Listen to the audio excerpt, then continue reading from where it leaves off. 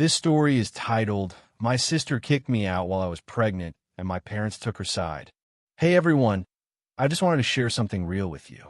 The channel's been slowing down a bit recently, and honestly, I put a lot of time and effort into finding these stories to keep bringing you the best content. If you enjoy what I do, it would mean the world if you hit that subscribe button. Your support really makes all the difference and keeps this journey going strong. Thanks so much for being here with me. Now let's start the video. Opie starts by saying, life as a single mom isn't a walk in the park, but for the last 5 years, it's been me and my daughter Lily against the world. I left her dad before she was even born. Cheating during my pregnancy? That was the final straw. I kicked him out, filed for child support, which he barely pays, and got back on my feet. Moving back in with my parents after the breakup seemed like the most sensible option. They offered to help, and I thought, why not? Family is supposed to support each other. For a while it worked. I paid them rent and helped with groceries, which I thought was fair. My mom agreed to babysit Lily a few days a week so I could work, though she quickly started cutting corners on that promise. Instead of watching Lily, she'd leave her in front of the TV or tell me she was too busy to help. It wasn't ideal, but at least Lily was safe and I could afford to save a little money. Then Mia came back into our lives like a wrecking ball. I'll never forget walking into the house after work, exhausted but ready to spend some time with Lily, and there she was, my younger sister, sitting on the couch like she'd never left. She had this smug look on her face, her massive pregnant belly resting on her lap, and she barely acknowledged me when I walked in. Mia and I have never had the best relationship. Growing up, she was always the golden child. I was the one who got told to set a good example while Mia ran around acting like a brat. If she broke something, my parents would find a way to blame me. If she picked a fight, they'd say I should be the bigger person. That favoritism didn't stop when we became adults. If anything, it got worse. A few years ago, Mia married her husband, Ben, and they moved to Germany for his job. I thought that distance might actually improve things between us. Out of sight, out of mind, right? Apparently not. My parents treated her like some kind of celebrity, constantly talking about how proud they were of her for starting a new life abroad. Meanwhile, I was juggling work, a newborn, and an absent partner, and the best I got was, well, that's just part of being an adult. So seeing Mia back home, sitting comfortably on the couch like she owned the place, was jarring.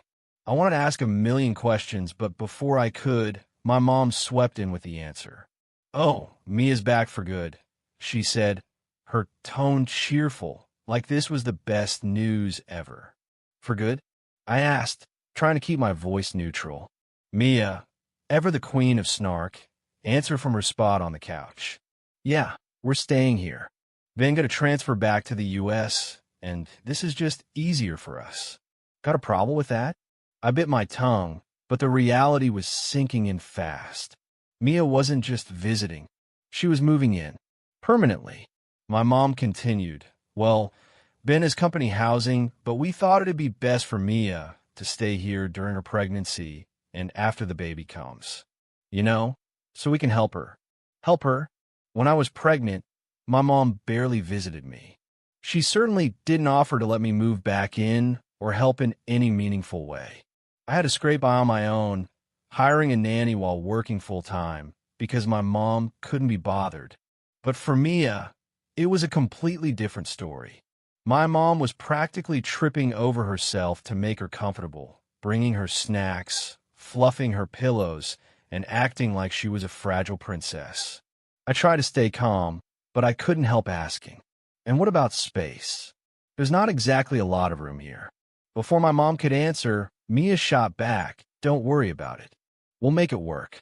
Her tone made it clear she didn't care how it affected me or Lily. In her mind, this house was hers now. My mom brushed off my concerns, saying, oh, we'll figure something out. Don't stress. I went to bed that night with a sinking feeling in my stomach. I couldn't shake the thought that this was going to turn into a nightmare. Mia hadn't changed one bit. She was still the same entitled, manipulative person she'd always been. And now she was about to take over the one safe space Lily and I had left. Over the next few days, the favoritism became even more blatant. My mom catered to Mia's every whim, cooking her meals, running errands for her, and even buying her special pregnancy pillows. Meanwhile, I was lucky if my mom offered to make Lily a snack. It wasn't just annoying. It was infuriating. The hypocrisy was glaring. But anytime I tried to bring it up, my mom would shrug and say, well, Mia's pregnant. She needs more help right now. It wasn't just my mom either. My dad, who's usually quieter, suddenly became Mia's biggest supporter. He would sit and chat with her for hours about the baby, reminiscing about when we were kids as if I didn't exist. It was like Lily and I were invisible. Mia, of course, loved every second of it. She made snide comments about how I should be grateful to have a roof over my head. Even though I was paying rent, she'd leave her stuff everywhere, take over the living room, and act like she was the only person who mattered. One night, she even had the audacity to tell me, "You should be happy Mom and Dad are helping you. Not everyone's so lucky." Lucky? That was rich coming from someone who'd been handed everything her whole life. I wanted to snap back, but I knew it wouldn't make a difference. Mia wasn't the type to listen, and my parents certainly weren't going to take my side. I started to feel trapped. This house had always been my parents' domain, but now it felt like Mia's. No matter how much I paid in rent or how much I contributed, it was clear that Lily and I were second-class citizens. I tried to focus on work and on being the best mom I could be for Lily, but the tension in the house was suffocating. Looking back, I should have seen the storm brewing. Mia's return wasn't just a reunion. It was the start of a battle for control. And in my parents' eyes, I was never going to win. It didn't take long for things to spiral completely out of control. Mia had only been back for a week, and it already felt like she was running the house. My parents treated her like she was made of glass, catering to her every whim. She barked orders, left messes everywhere, and acted like she was doing me a favor by tolerating my presence. Meanwhile, I was still paying rent, cooking my own meals, and taking care of Lily without any help. The signs that something was brewing were subtle at first. Mia started complaining loudly about how crowded the house felt. She'd sigh dramatically every time I walked into the living room, or make snide remarks like it's hard to relax with all this chaos around. Chaos? Lily is the most well-behaved kid you could imagine, but Mia acted like my daughter was a tornado tearing through her precious space. My mom, of course, took Mia's side. You have to understand. She's pregnant, she said one night, after Mia had complained about Lily playing with her toys in the living room. Pregnancy hormones can make you sensitive to noise and mess. She's sensitive to everything but her own attitude, I muttered under my breath. My mom didn't respond, but the look she gave me said it all. I was the problem in her eyes. Mia's complaints quickly turned into demands. One day she announced, "I need the guest room for the nursery. It's too hard to keep everything in the bedroom." I looked up from the table where I was helping Lily with her homework. "You mean my room?" I asked, narrowing my eyes. "Well, yeah," Mia said, like it was the most obvious thing in the world.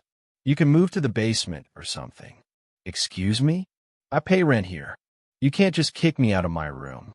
Mia rolled her eyes and turned to my mom, who was hovering nearby. "Mom, tell her this isn't a big deal. It's just temporary." My mom hesitated, glancing between us. "Sweetheart," she said, addressing me like I was a child, "you could make things easier on everyone if you just agreed. Mia needs the space more than you do." That was the first time I realized just how far my parents were willing to go for Mia. It didn't matter that I'd been there longer, paid rent, or had a child to take care of. Mia's wants were their priority, and I was just an inconvenience. I stood my ground, though. I refused to give up my room or let Mia bully me into submission. But the tension in the house kept building, and I started to feel like an outsider in my own home. Mia made snide comments about how I should have moved out by now, or how I was lucky mom and dad were so generous. My parents didn't say anything outright, but their silence spoke volumes. It was clear whose side they were on. Then, one day, I came home from work and immediately knew something was wrong. The first thing I saw was Lily sitting on the front porch, clutching her stuffed bunny and looking scared. Next to her were my suitcases and boxes, everything I owned, packed up and dumped outside. "Mommy," Lily said, her voice trembling. "Why is our stuff out here?" My heart sank. I knelt down, hugging her tightly. "It's okay, baby," I whispered, trying to keep my voice steady. "Let's go inside and figure this out." Dragging my things behind me, I opened the door and walked in. The first thing I saw was Mia sprawled out on the couch, scrolling through her phone like nothing had happened. My mom was in the kitchen, and my dad was in his armchair watching TV. It was as if tossing me out was just another normal day for them. "What is this?" I demanded, my voice shaking with anger. "Why is my stuff outside?" Mia barely looked up. "We needed the space," she said casually. "You were taking up too much room." My mom turned around, dried her hands on a dish towel. "Sweetheart, you always knew this arrangement wasn't permanent," she said, her tone annoyingly calm. "Mia's pregnant, and she needs peace and space. It's time for you to move on." "Move on? I pay rent here. I help with groceries. You think it's okay to just throw me and Lily out like this?" My dad finally looked up from the TV, but instead of backing me up, he just said, "It's for the best.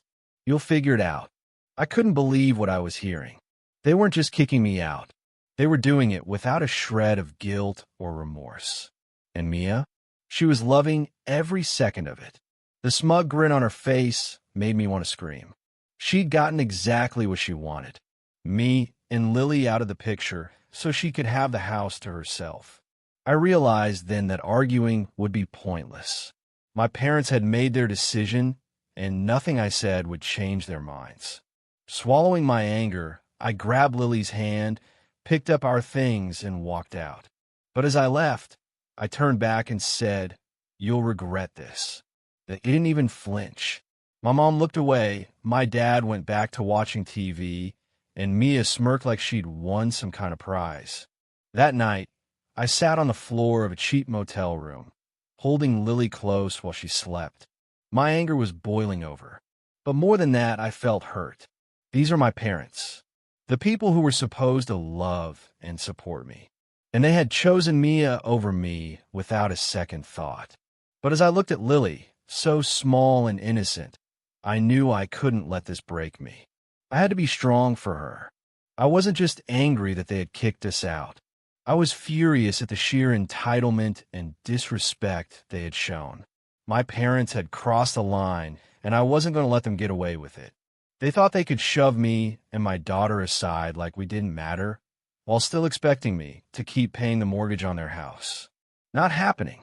The first thing I did was call the bank. Years ago, when my parents had refinanced the house, I had co-signed the loan because their credit wasn't good enough on its own.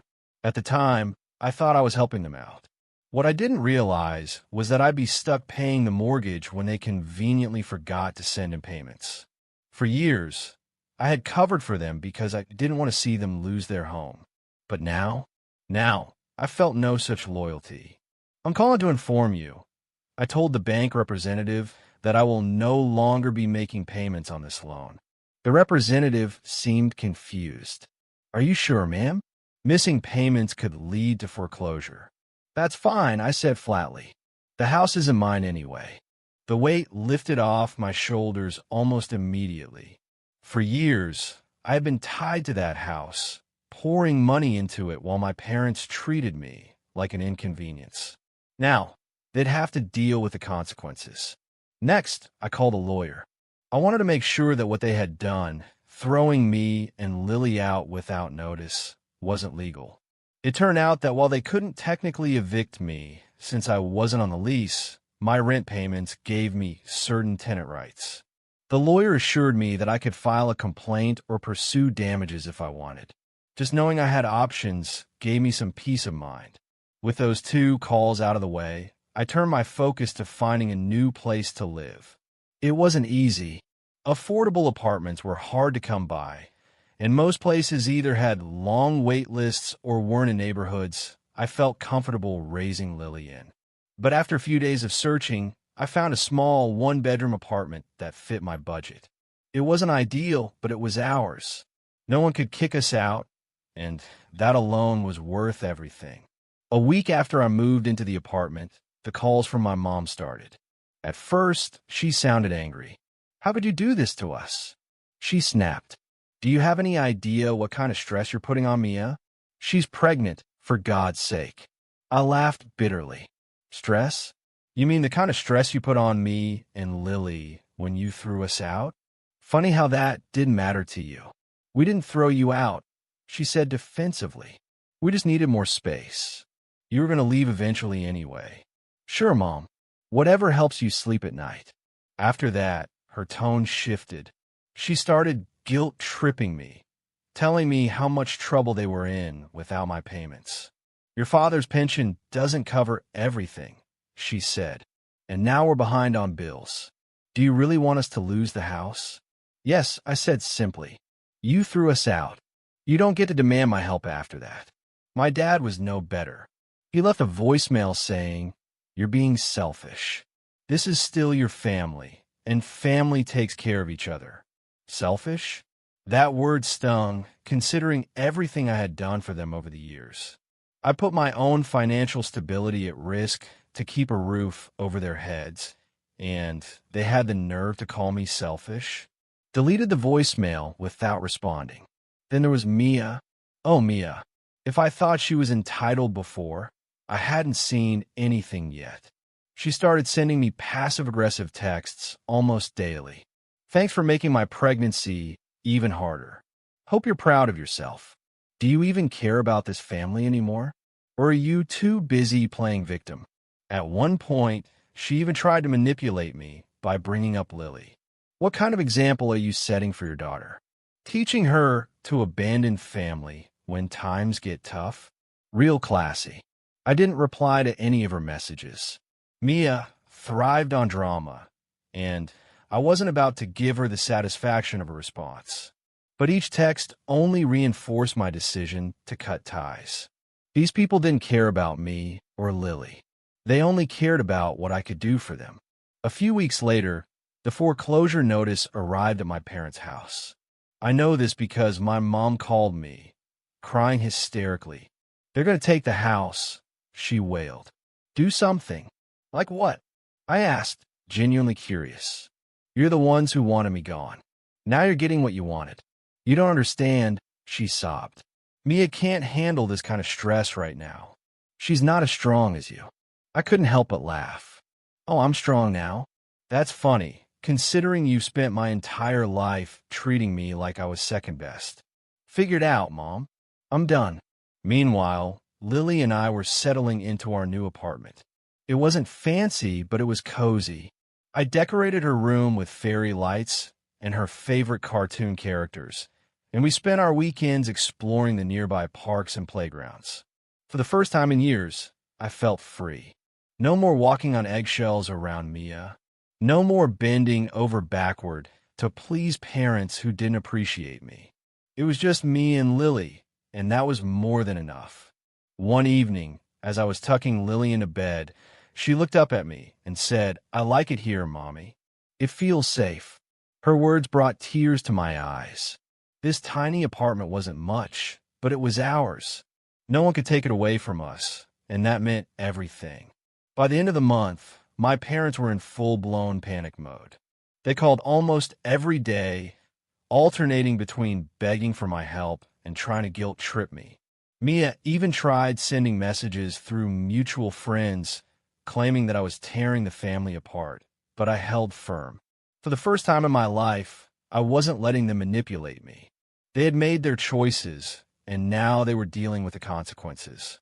And honestly, it felt good to finally stand up for myself. By the time the foreclosure process started, my parents were in full-on meltdown mode. I wasn't actively keeping tabs on them, But it was impossible to ignore the constant phone calls, voicemails, and even texts from relatives trying to convince me to help the family. Apparently, my parents had told everyone a highly edited version of events.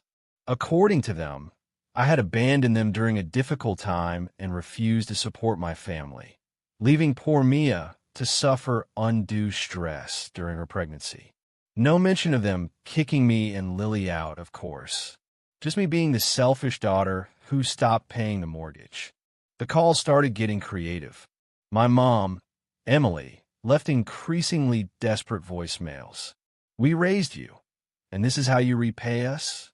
Your father is beside himself. Please think about Mia. Her baby's due any day now, and the stress is unbearable. Do you really want to see us homeless? How will that look to Lily when she's older?" It was always the same tune. Emotional manipulation wrapped up in a guilt trip. I stopped listening to the messages after a while. The few I accidentally answered were more of the same, with my mom swinging between sobbing and yelling about how I was tearing the family apart. Then there was Mia. Oh, Mia. She didn't just stop at guilt tripping me. She escalated. She began posting on social media, painting me as the villain. Screenshots of these posts started coming to me through mutual friends. One thing I've learned is that family isn't always there for you when it matters most. Some people are just heartless. Can't believe how cruel some people can be, especially during a time as sacred as pregnancy. I guess money matters more than family to some. At first, I ignored it. But when a friend of mine messaged me saying, "Why is Mia saying you made her homeless?" I realized just how far she was willing to go. Mia wasn't just trying to guilt me. She was outright lying. I thought about addressing it, but decided against it. The people who mattered knew the truth, and I wasn't going to waste energy defending myself to her social media minions. Besides, she was about to have much bigger problems to deal with. The official foreclosure notice arrived a few weeks later. My mom called me immediately, hysterical. "They're taking the house. What are we going to do?" She cried, her voice cracking. "That sounds like a you problem," I replied coolly. "I don't live there anymore, remember?" "Sweetheart, please," she begged. "Mia has nowhere to go, and you know your father's pension barely covers the basics. We're going to lose everything." "That's what happens when you rely on someone and then stab them in the back," I said. "Maybe next time you'll think twice before kicking out the person keeping a roof over your head." My dad, Robert, tried a different approach. He called later that day, his tone quieter but no less entitled. "Look, I know things got heated, but you don't want to see us homeless, do you? Think about Lily. How would you feel if she turned her back on you one day?" "Funny," I said. "You mean like how you turned your back on me and Lily when you tossed us out? Maybe she'd be better off learning not to tolerate people who treat her like garbage." He hung up after that. As the foreclosure progressed, the cracks in their perfect family facade started to show. Mia was livid. From what I heard through mutual contacts, she couldn't believe my parents had let things get this bad. She blamed them for not stepping up financially, as if they hadn't already bent over backward to accommodate her. They should have figured out a way to keep the house, she allegedly told one friend. "I'm pregnant. What am I supposed to do now?" Ben, her husband, wasn't thrilled either. He'd apparently been footing most of their bills since they moved back to the States. And now, with a baby on the way, he was losing patience with Mia's entitled attitude.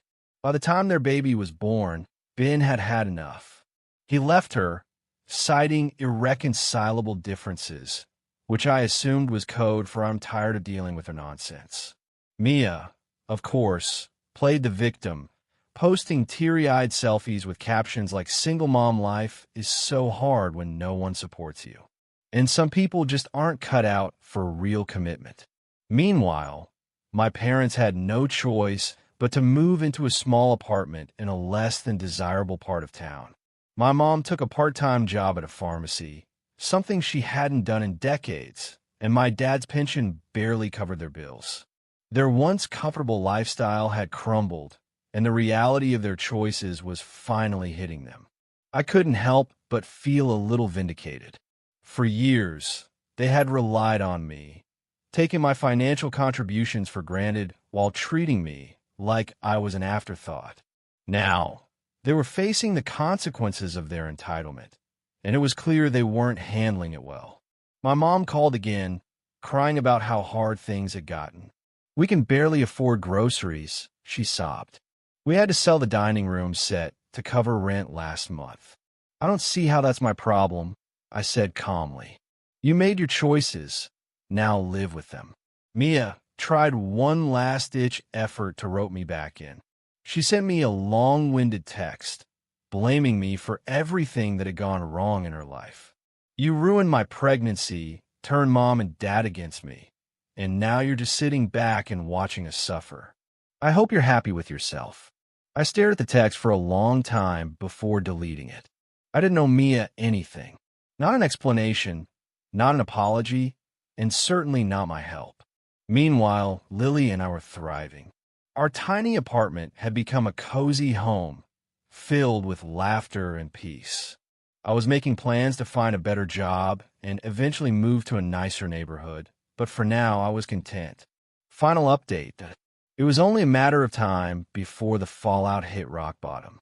My parents had lost the house, and Mia's husband Ben had left her. The house was gone, the bills were piling up, and all their bridges seemed to be burned. Meanwhile, Lily and I were doing better than ever.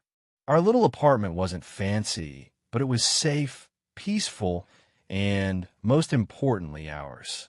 One evening, about 2 months after the foreclosure was finalized, my phone rang. It was my mom. I hadn't heard from her in weeks, so I was curious enough to answer. "Hello," I said cautiously. "Sweetheart," she exclaimed, her voice trembling. "We need to talk. Please, can you come over?" I frowned. "Come over where?" "You lost the house.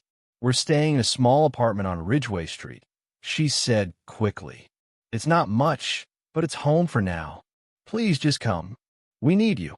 Against my better judgment, I decided to go. Part of me was curious to see just how far things had unraveled for them. When I arrived, I was stunned. The apartment was tiny and cluttered with old, mismatched furniture. My parents, who had always been so proud of their once beautiful home, now looked worn and defeated. Mia sat in the corner with her baby, looking equally miserable. "Thanks for coming," my mom said, wringing her hands nervously. "What do you want?" I asked, cutting straight to the point. My mom's eyes welled up with tears. "We've made mistakes. We know that now. But we're struggling, and we need your help." "Help with what exactly?" I asked, folding my arms. "The bills are piling up," my dad said, his voice quieter than I'd ever heard it. "We're behind on rent, and we've had to sell almost everything of value. Mia's doing her best, but she can't do it alone." At this, Mia finally spoke up, her tone sharp despite her pitiful appearance. "You're the one who put us in this mess. If you hadn't stopped paying the mortgage, we wouldn't be here." I let out a bitter laugh. "You mean if you hadn't kicked me and Lily out of the house I was paying for, this wouldn't have happened? Funny how that works." Mia's face turned red, but she stayed silent. My mom tried to smooth things over. "We didn't handle things well. We see that now. But you're doing so well, and we're not. Please, can't you find it in your heart to help us? For family's sake?" I stared at her, feeling a mix of anger and disbelief. Family sake?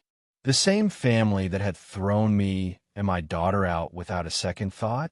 The same family that had treated me like a princess while treating me like an afterthought? "No," I said firmly. "I'm not helping you." My mom's face crumpled. "Sweetheart, please. We're desperate." "So was I when you threw me and Lily out," I snapped. "And you didn't care. You told me to figure it out, remember? Well, now it's your turn." My dad tried to interject. "It's different now.